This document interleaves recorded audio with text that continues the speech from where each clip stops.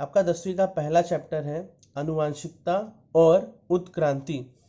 आनुवांशिकता व आनुवांशिक बदल इंग्लिश में से कहते हैं हेरिडिटी एंड हेरिडिटरी चेंजेस। तो आइए पहले समझते हैं अनुवांशिकता क्या होता है। आनु का मतलब होता है छोटा, ये जो आनु है इसका मतलब होता है छोटा। वांशिकता मतलब पीढ़ी दर पीढ़ी। आपने सुना होगा ना, सम्राट अशोक उस समाज के हैं, मतलब उस वंश के हैं, उस पीढ़ी के हैं, ये राजा उस पीढ़ी के। तो इस तरीके से यदुवंशी भगवान कृष्ण के वंशज है, उसी तरीके से समझने के लिए सिर्फ। अनुवांशिकता ये क्या होता है? जैविक लक्षण। जैविक लक्षण मतलब जैसे अभी आपके या हमारे माँ बाप मोटे हैं, छोटे हैं, पतले हैं, मोटे, तो बच्चा भी लगभग वैसी गोलू मोलू, पतला, लंबा, छोटा होता है। जनुक द्वारा। अब जनुक मतलब यहाँ पर आप पेरेंट्स मत समझ लीजिएगा, इसमें होता है जनुक मतलब होता है जीन्स, और जनक यानी पेरेंट्स होता है। हिंदी मीडियम में शब्दों का बहुत प्रॉब्लम होता है, मेजॉरिटी सर टीचर्स इसे नहीं बताते। दूसरी पीढ़ी में ये पहुंचाए जाते हैं, संक्रमित होना, दूसरी पीढ़ी में संक्रमित होना, इसे ही अनुवांशिकता कहते हैं। मतलब क्या होता है? जैविक लक्षणों का जनुक द्वारा, किसका? जैविक लक्षणों का जनुक द्वारा दूसरी पीढ़ी में संक्रमित होना। मान लीजिए जैसे आपके या मेरे माँ बाप लंबे हैं, ठीक है, तो वो हम उन लोग लंबे हैं, जैविक लक्षण है। दूसरी पीढ़ी में जनुक मतलब उनके जीन द्वारा दूसरी पीढ़ी में संक्रमण, उनके बच्चे भी लंबे होने के चांस ज्यादा है। ठीक है, आइए आगे देखते हैं ये होता कैसे। तो इसमें पहला है प्रतिलेखन, भाषांतरण तथा स्थानांतरण। इंग्लिश में हम लोग कहते हैं transcription, translation and translocation. Central dogma, आपको हिंदी मीडियम में एक शब्द होगा सेंट्रल डोग्मा। तो ये पूरी हम बुक तो अभी नहीं, मैं आपको एकदम आसानी से समझाता हूँ कैसे होता है। सबसे पहले एक डीएनए होता है, आप देख सकते हो डीएनए। तो डीएनए क्या होता है? रिप्लिकेशन होता है, खुद की एक कॉपी बनाता है, उसकी दो कॉपी। ऐसे डीएनए की आपने पढ़ा होगा कक्षा 9वीं में, कैसे डीएनए की कॉपियां बनती है, ठीक है, ऐसी ये जो डीएनए की कॉपी है, तो डीएनए ऐसी दो कॉपियां बनाता है, ठीक है। एक तो खुद डीएनए बनाता है, दूसरा उससे बनता है आपका जो है आरएनए का मॉलिक्यूल, ठीक है। और उससे होता है आपका ट्रांसक्रिप्शन यानी प्रतिलेखन। प्रतिलेखन कैसे होता है ये देखिएगा, आपका 5' to 3', ये आपने पढ़ा होगा, 5' to 3', ATGGTA, ये सीक्वेंस कुछ भी हो सकते हैं, तो आप इधर मत ध्यान दीजिए। तो डीएनए से पहले क्या बनता है? आपका एक आरएनए बनता है, ठीक है, यानी कि आपका 5' to 3', 3' to 5'। फिर आरएनए से क्या होता है? उसका भाषांतरण होता है प्रोटीन में, ठीक है। मतलब अब आपके 3 के कोडॉन्स बनते हैं, दिख रहा है आपको, AUG, ACU। तो यहाँ पे mRNA और tRNA काम आता है, वो हम बाद में डिटेल में पढ़ेंगे दूसरे वीडियो में, ठीक है। आइए आपके चैप्टर में हम आगे बढ़ते, तो आगे हमें है उत्क्रांति यानी एवोल्यूशन। तो उत्क्रांति कहाँ होती है? सजीवों में होती है। उत्क्रांति कहाँ होती है? सजीवों में होती है। ये कैसी होती है? अत्यंत धीमी गति से होती है और एक क्रमिक परिवर्तन है जो चलते रहता है। आपकी टेक्स्ट बुक में बताया गया कि 350 करोड़ साल पहले, मतलब वनस्पति, ग्रह, तारे, अमीबा, इनको बनने में इतना समय लगा। आपने बचपन में पढ़ा होगा ना कि आप लोग बंदर हो, टीचर कभी ना कभी ताना मारती होगी कि बंदर के ऐसा क्या बैठा है।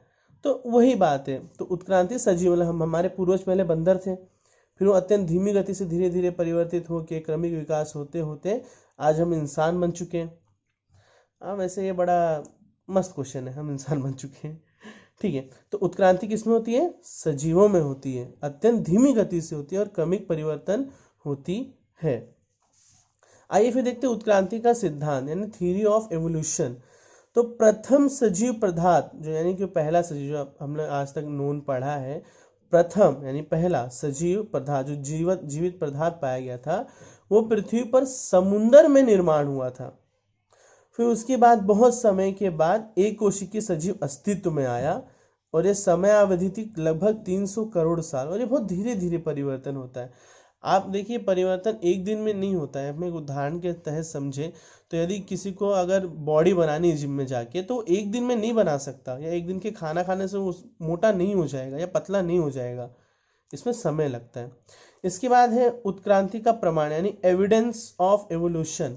तो ये आपके देखिए टेक्स्ट बुक में पेज नंबर 4 5 और 6 में दिया हुआ है। जैसे कि आप टेक्स्ट बुक खोलो, बच्चों टेक्स्ट बुक पढ़ना बहुत ज़्यादा जरूरी है। आप लोग सबसे बड़ी गलती ये करते हो कि आप सोचते बस हम कोई वीडियो देख ले, हम कोई क्लास लगा ले, टीचर ने बता दिया हो जाए, ऐसा नहीं होता। आपको टेक्स्ट बुक पढ़नी ही पड़ेगी अगर आप अच्छे से ज्ञान प्राप्त करना चाहते हो तो। अगर टेक्स्ट बुक नहीं होती तो ना नोट्स होते ना क्लास होते बच्चों, ठीक है। तो देखो उत्क्रांति का प्रमाण यानी जो आपका एविडेंस दिया हुआ है, तो इसमें आपको पहला जो है उत्क्रांति का कैसे है, बाह्य रूपीय प्रमाण यानी आकारिक प्रमाण, मॉर्फोलॉजिकल एविडेंसेस। तो आपने देखा होगा कुत्तों का जैसे एवोल्यूशन आपकी टेक्स्ट बुक में दिखाया हुआ, या फलों का। चलो कुछ अमेजिंग फैक्ट बताते हैं जो आपके टेक्स्ट बुक में नहीं दिए हुए हैं। जैसे कि आपने देखा होगा कि आजकल बेर का साइज बहुत बड़ा आ रहा है, ग्रीन कलर के बेर भी आए थे एप्पल और सेब मिक्स करके, ठीक है।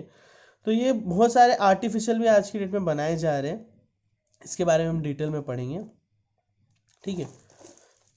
उसके बाद हमें ये देखो ये कुछ पढ़ना है, फिर उसके बाद ये शरीर विज्ञान का प्रमाण। तो शरीर विज्ञान का प्रमाण भी देखो हमारे इसमें दिया हुआ है, आप टेक्स्ट बुक में देख सकते हो कि मनुष्य का हाथ, बिल्ली का पैर, देव मछली के पैर, चमगादड़ के पंख।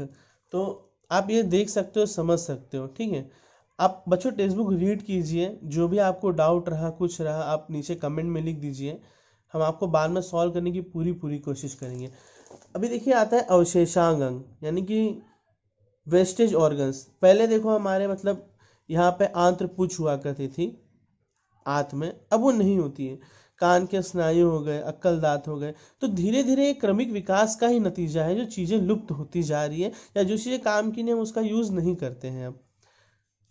फिर उसके बाद जीवाश्म विज्ञान संबंधित प्रमाण। तो ये आपने मतलब डिस्कवरी वगैरह में भी बच्चों कभी ना कभी आपने देखा होगा कि डायनासोर पहले धरती पर थे, बड़ी बड़ी मछलियाँ थी।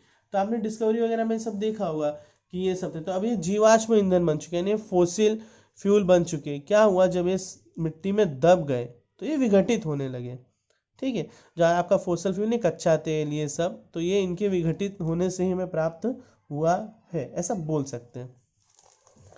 फिर यहाँ पे आप देखिए भ्रूण विज्ञान दिया हुआ है आपको कि आप देखिए पहले स्टेज में लगभग सब सेम है, आपके टेक्स्ट बुक में दिया हुआ है। और टेक्स्ट बुक बहुत अच्छी है, 10वीं की जो बार प्रिंट होके आई है, आपको इसे पढ़ना चाहिए।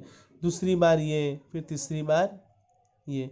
अच्छा देखिए ये बड़ा इंटरेस्टिंग है, डार्विन का सिद्धांत, हमारे जो डार्विन का प्राकृतिक चयन का नियम यानी थ्योरी ऑफ नेचुरल सिलेक्शन, हमारे डार्विन भाई साहब कहते थे जो सक्षम होता है, याद रखिए, जो सक्षम होता है वही अपने अस्तित्व को बनाए रखता है।